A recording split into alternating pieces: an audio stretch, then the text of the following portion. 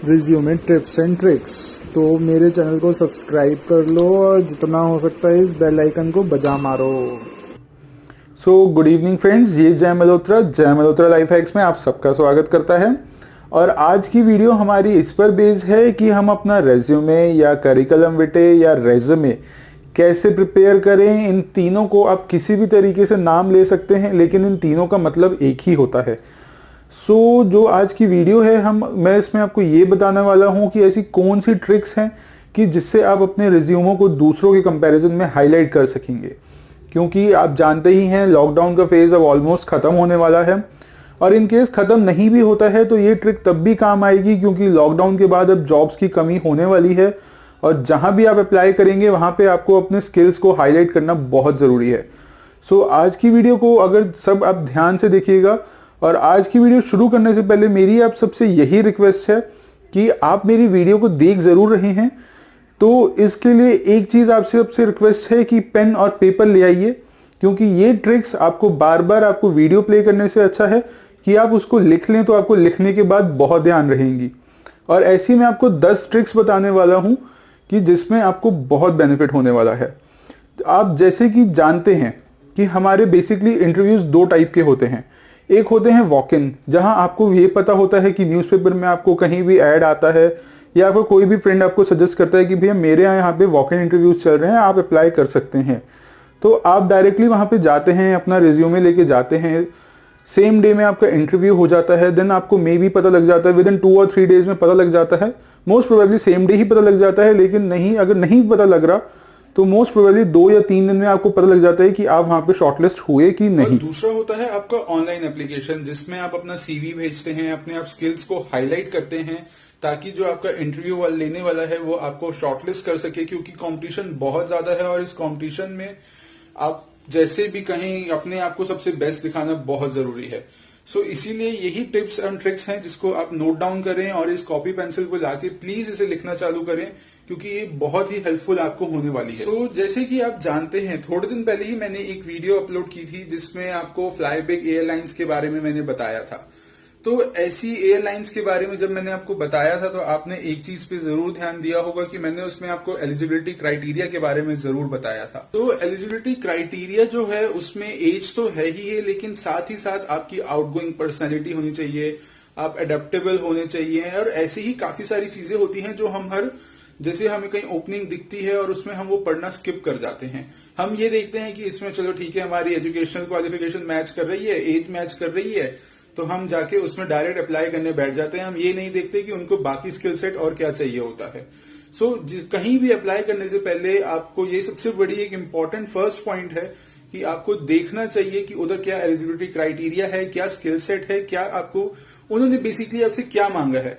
क्या वो आपसे आपकी एज मांग रहे हैं, क्या आपकी वो फिटनेस मांग रहे हैं, क्या मांगना चाहते हैं। आप उनकी अगर स्किल सेट पे पूरा उतरते हैं तब भी उतरिएगा, अदरवाइज आप वहां पे जाकर वहां पे सिलेक्ट नहीं होते तो आपका ही मॉरल डाउन होता है। तो इससे अच्छा आप अपनी पहले ही स्किल सेट की पूरी, और मैं तो कहता हूँ पूरी चीज पढ़ के जानी चाहिए, बिना पढ़े जाना ही क्यों है। एक दूसरा पॉइंट अब ये है कि हम एक सबसे बड़ी गलती ये करते हैं कि अब कहीं भी आप हम रिज्यूमे देने गए हैं, मतलब रिज्यूमे देने भी क्या गए हैं, हम कहीं भी जॉब के लिए अप्लाई करते हैं तो हम अपने ही एक ही रिज्यूमे के 10-20 प्रिंट आउट निकाल लेते हैं और हर जगह वही फेंकते हुए चलते हैं। तो अब ये सबसे बड़ी हमारी साइड से गलती होती है। हर कंपनी की रिक्वायरमेंट अलग होती है। इन केस फॉर एग्जाम्पल ही मैं अपना ले लेता हूं, अगर मैं अब टेक्निकल बैकग्राउंड से हूं और मैं अगर इंटरव्यू देने जा रहा हूं एयर होस्टेस के लिए, तो भैया वो मेरे टेक्निकल बैकग्राउंड का क्या करेंगे। उनके जो स्किल्स हैं उनको मैं हाईलाइट करके ज्यादा ऊपर करूं, ना कि अपने टेक्निकल स्किल्स को ऊपर करूं। फॉर एग्जाम्पल मैं जैसे कि अब डी पाइपिंग में काम करता था, देन उसके बाद मैं विप्रो में प्लेस हुआ, तो विप्रो के टेक्निकल स्किल्स और स्किल सेट उनको अलग रिक्वायरमेंट थे। उनका फोर्स था कि उनको कम्युनिकेशन स्किल्स बहुत अच्छे चाहिए। उसके लिए कम्युनिकेशन स्किल्स के बारे में मैंने ज्यादा हाईलाइट किया, जो उनकी डिमांड थी बेसिकली मैंने उसको ज्यादा प्रायोरिटी दी। मेरे कहने का मतलब आपसे यही है कि एक जैसा रिज्यूमे हर जगह ना डालते हुए जाएं। किसी भी जॉब को अप्लाई करने से पहले आप अपने रिज्यूमे को अपडेट करें और तभी अप्लाई करें, क्योंकि अगर आप सेम रिज्यूमे हर जगह देंगे तो सिलेक्शन होने के चांसेस बहुत ही कम होते हैं। तो सेकंड पॉइंट है हमारा स्ट्रेंथ एंड स्किल्स के ऊपर। अगर अब हम किसी भी कंपनी में अप्लाई करने के लिए जाते हैं तो सबसे बड़ी बात हमारे स्ट्रेंथ और स्किल्स के ऊपर ही उठती है। तो अब मेरा स्ट्रेंथ है कि मैं भैया बहुत हार्ड वर्किंग हूं, मेरे उस हार्ड वर्किंग से उनको कोई लेना देना नहीं है। फॉर एग्जाम्पल जैसे कि मैं विप्रो में जॉब करता हूं, जब मैं यहाँ पे इंटरव्यू देने गया था तो उनको मेरा कम्युनिकेशन स्किल्स बहुत अच्छा चाहिए था, सो मैंने उसको बहुत ऊपर हाईलाइट किया। देन उसके बाद उनको कोई मेरा CRM टूल के बारे में जानना था कि भैया मेरे को उसके बारे में नॉलेज है कि नहीं, सो ऐसी चीजों को हाईलाइट करो। इसके अलावा कहीं आप ये करते हैं कि आप इस काम में बहुत अच्छे हैं, कुकिंग में अच्छे हैं, डांसिंग में अच्छे हैं, तो उन्हें उससे कोई मतलब नहीं होता। सो ये आपके स्किल्स का उनको कोई अचार नहीं डालना होता, सीरियसली कह रहा हूं, इससे आपके रेज्यूमे में कोई फर्क नहीं पड़ता। आप ऐसी चीज हाईलाइट करो जो उनको उससे फर्क पड़ता हो, जिसकी डिमांड वो आपसे कर रहे हो। इसीलिए मैं आपसे कह रहा हूं कि कोई भी जॉब अप्लाई करने से पहले आप उनके रेज्यूमे को और अपने रेज्यूमे को और उनके ऐड को पूरा ढंग से पढ़े कि वो डिमांड ही आपसे क्या कर रहे हैं।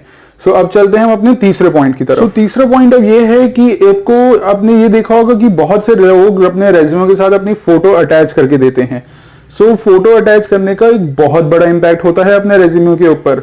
मैं आपको फ्यूचर में अभी कोई और वीडियो आपकी जब मैं बनाऊंगा तो मैं ऐसे सैंपल रेज्यूमे भी आपके अपलोड करूंगा जिसमें लोग अपने रेज्यूमे के अंदर ही फोटो अपलोड करते हैं। और ये एक बात और बता देता हूं कि उसके लिए आपकी बिल्कुल फॉर्मल आपकी फोटो होनी चाहिए। आप यही सोच के उसके अंदर फोटो अपलोड कीजिएगा कि आप एक बेसिकली इंटरव्यू के लिए जा रहे हैं। इन केस अगर आप अपनी यहाँ पे फनी आप अपनी फोटो अपलोड करेंगे तो उसमें भी कोई आपका ध्यान नहीं देगा, बल्कि आपका रेज्यूमे एक मजाक बन जाएगा और उसमें सीधा डस्टबिन में ही जाएगा। तो आप इन सब चीजों का भी ध्यान रखिएगा। अब आते हैं हम अपने फोर्थ पॉइंट के ऊपर कि आपके रेज्यूमे की लेंथ ही कितनी होनी चाहिए।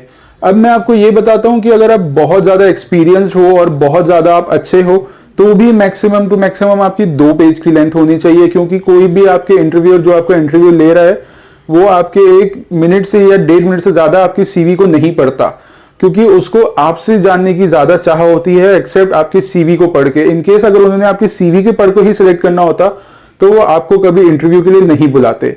सो इसीलिए इस बात का जरूर ध्यान दीजिएगा कि आपके इंटरव्यू जब देते टाइम आपके रेज्यूमे की लेंथ ज्यादा बड़ी ना हो, क्योंकि वो ज्यादा बड़ी होती है तो वो इमैच्योर और चाइल्डिश बिहेवियर लगता है कि आपको ये नहीं समझ में आया कि इंटरव्यूअर को आप में ज्यादा इंटरेस्ट है एक्सेप्ट आपके पेजेस में। सो आप इस चीज का ध्यान जरूर रखिएगा। तो 5th पॉइंट है हमारी सबसे बड़ी इंपॉर्टेंट चीज की कॉन्टैक्ट इन्फॉर्मेशन। इन केस अगर आपने अपने कॉन्टैक्ट इन्फॉर्मेशन में आपने कोई अपना ऐसा फोन नंबर दिया है जो कि आपका 90% टाइम साइलेंट ही रहता है, या कोई भी टेक्निकल फॉल्ट की वजह से आपको भी पता है कि वो घर में कभी भी खराब हो सकता है, तो ऐसे नंबर को प्लीज अवॉइड करें अपने रेज्यूमे में डालने से। और मेल आईडीज का भी बहुत ध्यान रखिएगा कि कोई ऐसी मेल आईडी मत देना कि कोई लड़की जाके अपनी ये मेल आईडी दे रही है कि पापा की परी हूं मैं @gmail.com, या कोई लड़का ऐसी मेल आईडी दे रहा है कि yoyo-rapper.com या रैपर, मतलब कुछ भी ऐसी फनी सी अपनी मेल आईडी प्लीज मत दीजिएगा, क्योंकि ये प्रोफेशनल लुक नहीं देता। तो आप सबसे यही इंफॉर्मेशन को मैं आपको देना चाहता हूं कि 5th पॉइंट बहुत इंपॉर्टेंट है कि लग बहुत फनी रहा होगा, लेकिन इस टाइम सबसे ज्यादा इंपॉर्टेंट पॉइंट ही ये है कि आपको अपने कॉन्टैक्ट इन्फॉर्मेशन जो भी आप देते हैं वो बहुत सोच समझ के देनी चाहिए। देन अब बढ़ते हैं हम अपने 6th पॉइंट की तरफ। 6th पॉइंट है हमारा कि अब हम अपने रेज्यूमे में फ्रेजेस कैसे यूज करते हैं, कैसे कैसे वर्ड्स यूज करते हैं। सो अब हमारी जो आगे बढ़ते हैं बात, तो उसमें जो आप वर्ड्स और फ्रेजेस यूज करते हैं, फॉर एग्जाम्पल कि आप बहुत हार्ड वर्किंग हैं, तो आप अपने रिज्यूमे में एक ये हार्ड वर्किंग को वर्ड को यूज करना ज्यादा अच्छा समझें कि एक्सेप्ट आप ये वर्ड यूज कर रहे हो कि मैं बहुत अच्छा हूं, जैसे आई एम इनटू इट। जो फालतू की लाइंस हैं, फालतू की लाइंस लिखने का कोई फायदा नहीं होता, आपकी फालतू की लाइंस पढ़ना कोई नहीं चाहता।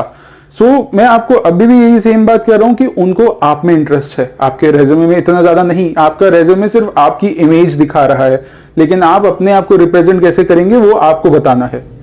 सो 6th पॉइंट हमारा हो गया है। अब 7th पॉइंट है हमारा कि अपने रेज्यूमे को अपने रिज्यूमो को घर पे ही प्रिपेयर कीजिए। जब भी आपको कोई इंटरव्यू देना जाना है तो कोशिश करिएगा कि 1 हफ्ते पहले आप अपने रेज्यूमे को घर पे प्रिपेयर कीजिए। आजकल बहुत सी मोबाइल ऐप्स भी आती हैं जो आपके रेज्यूमे को अपडेट करती हैं या रेज्यूमे को आपको घर पे ही बना सकते हैं, तो क्यों ना आप उनकी हेल्प लेके अपने रेज्यूमे को अच्छा बनाएं और टेक्निकल या नॉन टेक्निकल जो भी आपका रेज्यूमे है आप उसको बहुत अच्छा साउंड करें, क्योंकि आपका रेज्यूमे ही आपकी इमेज है। आप तो बाद में रिप्रेजेंट होंगे एक इंटरव्यूअर के सामने, लेकिन पहले आपका रेज्यूमे होता है। 8th पॉइंट है हमारा कि जो कुछ लोग होते हैं जो कलर्स का यूज करते हैं अपने रेज्यूमे में, तो बहुत अच्छी बात है आप कलर्स का यूज करते हैं। इसके लिए मैं कोई ये नहीं कह रहा कि आप कलर्स का यूज ना करें, लेकिन डिसेंट कलर यूज करें। इनकेस अगर आप नियॉन कलर या डार्क कलर या गर्लिश कलर, बेसिकली जैसे कि आप पिंक कलर यूज कर रहे हैं, रेड कलर यूज कर रहे हैं, तो वो आपके रेज्यूमे को थोड़ा सा इमेच्योर लुक दे देता है। सो इसके लिए आप सबसे यही रिक्वेस्ट है कि कोशिश करिएगा कि 3 से 4 कलर के अंदर ही अपना रेज्यूमे निपटाने की कोशिश कीजिएगा, कि अगर आप उसको मल्टी कलर बना देते ना वो एक रेनबो जैसा लगने लग जाता है, जैसे कि 2nd 3rd क्लास के बच्चे ने बनाया हो।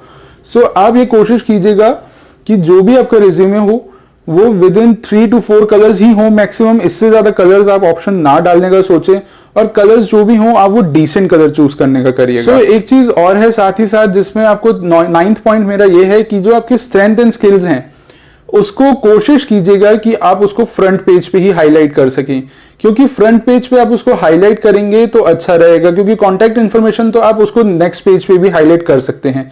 किसी को भी ये इंटरेस्ट नहीं है कि आप कौन से स्कूल में पढ़े हैं या आपके फादर का नाम क्या है, कि उससे आपको कोई जॉब नहीं देने वाला। सो यही आप कोशिश कीजिएगा कि स्ट्रेंथ एंड स्किल्स जो भी हैं, आपकी अचीवमेंट क्या है, हॉबीज क्या है, आप उसको फ्रंट पेज पे हाईलाइट करें। और देन आप अपने जो रेज्यूमे है, 10th पॉइंट मेरा यही है कि अपना जो भी रेज्यूमे है आप उसको प्रॉपर हाईलाइट करें। अगर आपका कोई अच्छा स्किल है जिसके बारे में आपकी, जिससे उसकी जॉब को आपको फर्क पड़ सकता है, आप उसको स्किल को हाईलाइट करें उस रेज्यूमे में। और साथ ही साथ अपना जो रेज्यूमे है प्रिंट आउट निकालने से पहले 10 बार पढ़ लें, क्योंकि कई बार ऐसा होता है जो आपका इंटरव्यू ले रहा होता है वो उसी में से क्वेश्चंस पूछता है और आप उसी में से क्वेश्चंस देने में नहीं समर्थ हो पाते। सो तब एक गलत इंप्रेशन पड़ता है। इसीलिए किसी से अपना रेज्यूमे ना बनवाएं, और इनकेस अगर आप बनवाते भी हैं तो आप अपने रेज्यूमे को पूरा ढंग से 10 बार पढ़ें, ताकि कोई उसमें आपसे कोई क्वेश्चन कर ही ना सके, और इनकेस कोई क्वेश्चन करता है तो उसमें आपको पूरा का पूरा उसका आंसर आप दे सके बिना रुके। सो आज की वीडियो के लिए अब मैं आपको यही बताता हूं कि अब मैं यहीं खत्म कर रहा हूं।